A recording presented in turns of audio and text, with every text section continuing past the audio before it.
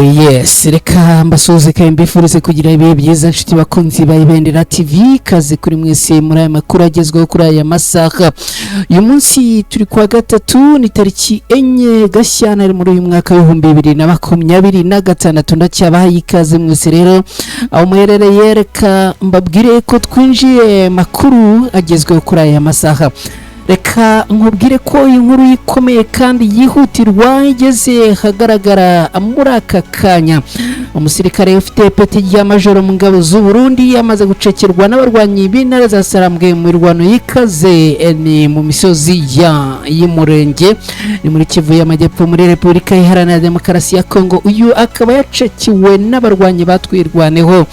Turaza kurebera hamwe agace uyu yafatiwemo, ibi turabyinjiramo ku buryo burambuye. Ndakubwira kandi ko muri teritwari ya Walikale ni muri Kivu y'Amajyaruguru inyeshyamba cyase abarwanyi ba Alliance Fleuve Congo mama 23 bongeye gusekurana n'abarwanyi b'imitwe ya Wazalendo. Turaza kurebera hamwe aho ibi byabereye muri aya makuru, kandi uraza kunyemerera nkubwire yuko nyuma y'iraswa y'ikibuga cy'indege cya Kisangani Kisekedi yahamagajwe ikubagahu muri Leta Zunze Ubumwe za Amerika. Uyu mugabo niki kimujyanye? Ibi byose turaza kubyinjiramo ku buryo burambuye. Muri turi ndakubwira ko imirwano ikomeye cyane yongeye gutuma aka gace kabamo umwijima w'umutekano mukeya. Ni nyuma yuko n'ubundi ahangaha ibintu bikomeje kuzamba umunsi ku munsi.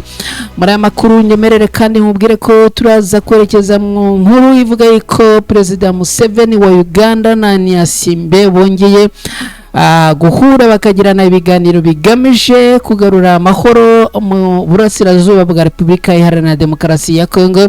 Ibi byose turaza kubyinjiramo ku buryo burambuye. Hanyuma niba wamaze kugera hano nyemerera nongere ngusabe unkorere like, uraza kuba ugize neza. Hanyuma niba ari bwo bwa mbere ugeze hano ku Ibendera TV unkorere subscribe, uraza kuba ukoze cyane. Mu gihe ukora subscribe kandi uze kwibuka no gukora kuri ako kantu kameze nk'inzogera ni signe dora notification kugira ngo n'ubundi ubutaha makuru agiye kugeraho udatakaje umwanya wo kujya kuyashakisha. Nitwa Umukada, hani ku Ibendera TV n'amakuru twinjiyemo yibanda kanitsa mu burasirazuba bwa Repubulika Iharanira Demokarasi ya Kongo. Mwese rero ni munyemerere ibintu tubigenze gutya, hanyuma mu kanya gato cyane ingaruke twinjira muri aya makuru ku buryo burambuye. Nsanga nawe wamaze kuba tayari, like wamaze guterekaho na subscribe wamaze guterekaho, ubundi ibintu bikomeze kuba barabara.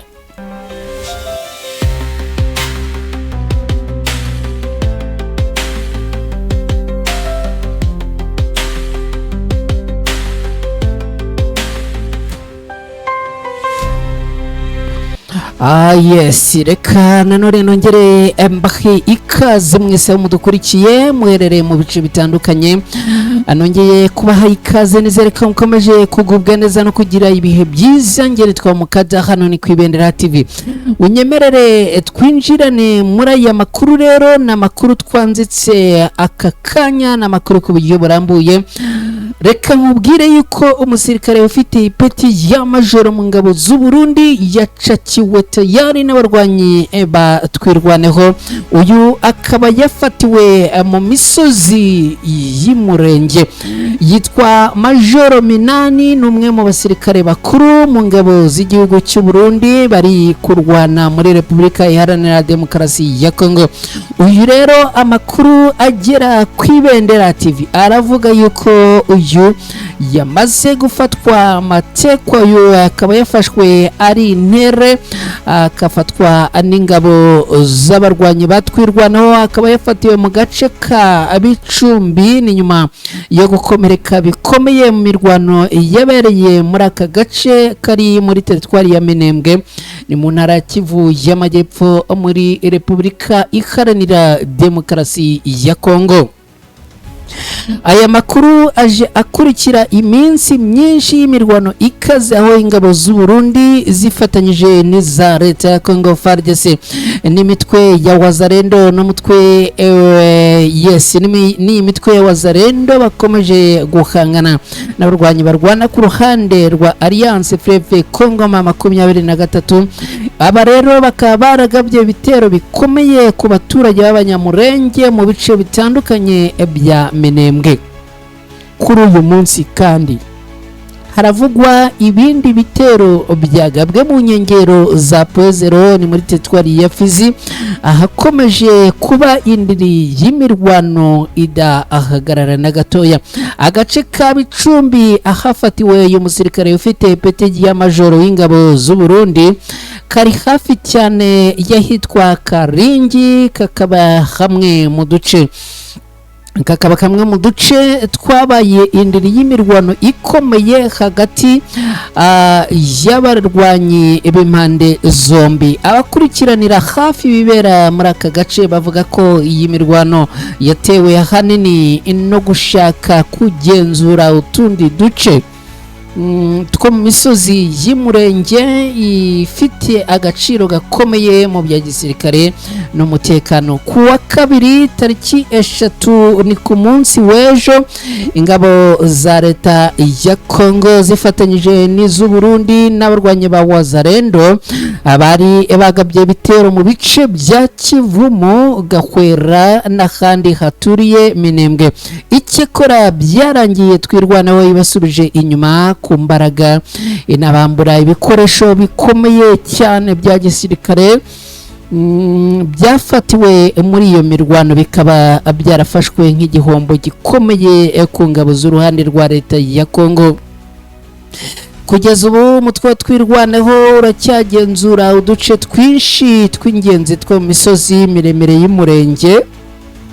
Aha hakaba harimo na Poezero, hakabamo Mikenke, hakabamo Minembwe, hakabamo Rugezi, hakabamo Bijombo, hakabamo na Rurambo. Ibi bice byose bifatwa nk'inkingi ikomeye mu rwego rw'umutekano n'ubushobozi bwa gisirikare muri Kivu y'Amajyepfo muri Repubulika Iharanira Demokarasi ya Kongo. Bikaba bikomeje kuba intandaro y'intambara n'ihangana rikomeye hagati y'impande zishyamiranye.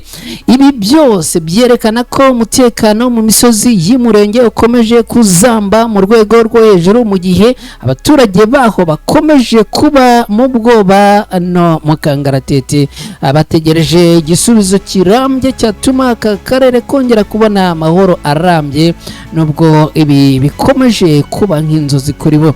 Reka dukubite twihute cyane nkubwire ko muri teritwari ya Walikale ni muri Kivu y'Amajyaruguru muri Repubulika Iharanira Demokarasi ya Kongo, inyeshyamba za Alliance Fleuve Congo 23 zongeye gucakirana bikomeye cyane n'inyeshyamba zitwa Renove, bakaba bacakiraniye yitwa Ibukumbirwa. Imirwano ikaze yongeye kwaduka hagati y'inyeshyamba za Alliance Fleuve Congo 23 n'inyeshyamba zo mutwe witwa NDC Renove mu mudugudu wa Bukumbirwa ni muri groupement ya Ikobo muri teritwari ya Walikale muri Kivu y'Amajyaruguru muri Repubulika Iharanira Demokarasi ya Kongo. Nk'uko amakuru agera ku Ibendera TV abitangaza ngo aba barwanyi bagabye igitero ku birindiro bya Alliance Fleuve Congo 23 ahagana amasaa 10 za mu gitondo, bituma abaturage bagira ubwoba bwinshi. Urusaku rw'imbunda none ziremereye ngo rwongeye kumvikana mu masaha menshi muri aka gace, bituma abaturage bamwe baviramo guhunga.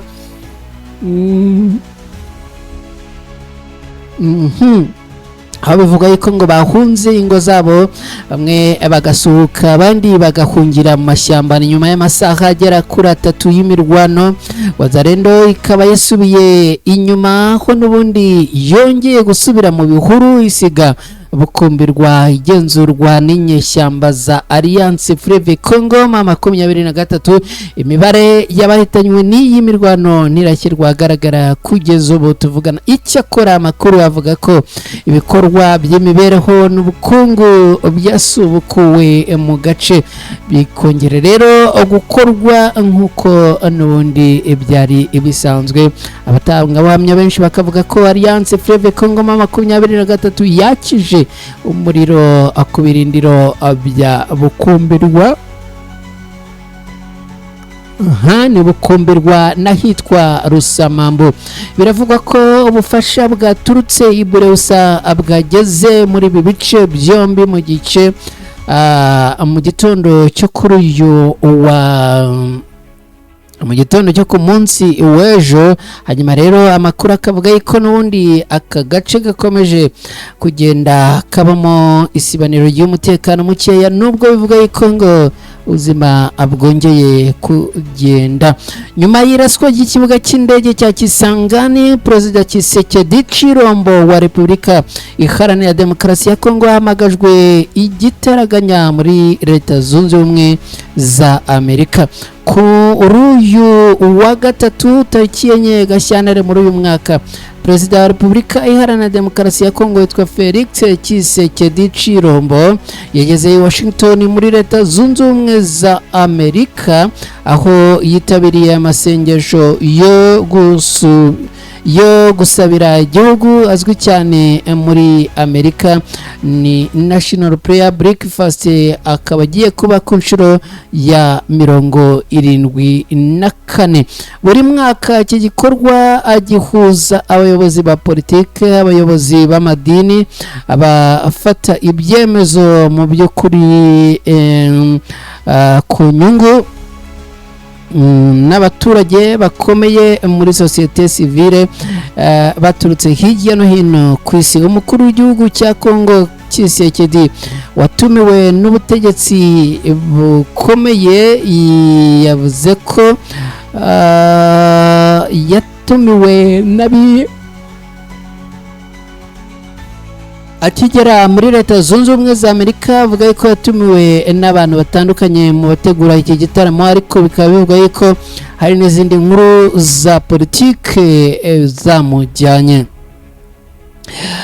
Ngibyo rero reka nkubwire yuko aya masengesho ngo gusubira mu gihugu, aya masengesho yo gusabira igihugu no gusangira ifunguro ateganijwe kuba ku munsi w'ejo kuwa 4 tariki 5 Gashyantare muri uyu mwaka. Akazaba ayobowe n'abagize inteko ishinga amategeko ya Leta Zunze Ubumwe za Amerika. Muri turi imirwano ikomeye yitwaje intwaro yongeye gusubiza bimwe mu bice bya Bure, ni mu mwijima umutekano mukeya. Ubu ngubu tuvugana isoko n'ahacururizwa hahurira abantu benshi muri Bure hari kurebwa neza, ibintu bishoboka ko harimo kugenzurwa n'ubundi ko ntawakwibeshya. Yongera gutera izi grenade zikaba zabangamira cyangwa se agatera ibisasu bikabangamira abaturage. Iri soko n'ubundi ni isoko riri ngo ahatuwe n'abantu benshi, bakaba rero basabwe kwirinda ahatuye abantu benshi no kuhahagarara. Aho n'ubundi bivuga ko ari mu rwego rwo guhangana n'ibi bibazo. Kuva mu gitondo cyo kuri uyu wa gatatu tariki 4 Gashyantare muri uyu mwaka humvikanye imirwano y'inkazi irimo intwaro ziremereye ituma abaturage bagira ubwoba bwinshi n'ihungabana abatazi iyo riva. Kugeza ubu rero bikaba bivuga ko ngo bamwe barimo guhunga, abandi n'ubundi ubuzima bwabo baracyari mu kaga y'ikubagahu n'ubundi nk'uko ibintu biba byifashe hano. Reka rero munyemerere tugane ku musozo w'aya makuru. Bashimire cyane mwe mwabanye natwe, hanyuma kandi nkomeze kwifuriza kugubwa neza no kugira ibihe byiza. Nitwa Mukada, ni kwibendera TV. Mwese mukomeze kugira ubuzima bwiza, ikindi kandi Imana iba arinde. Ubundi ciao ciao.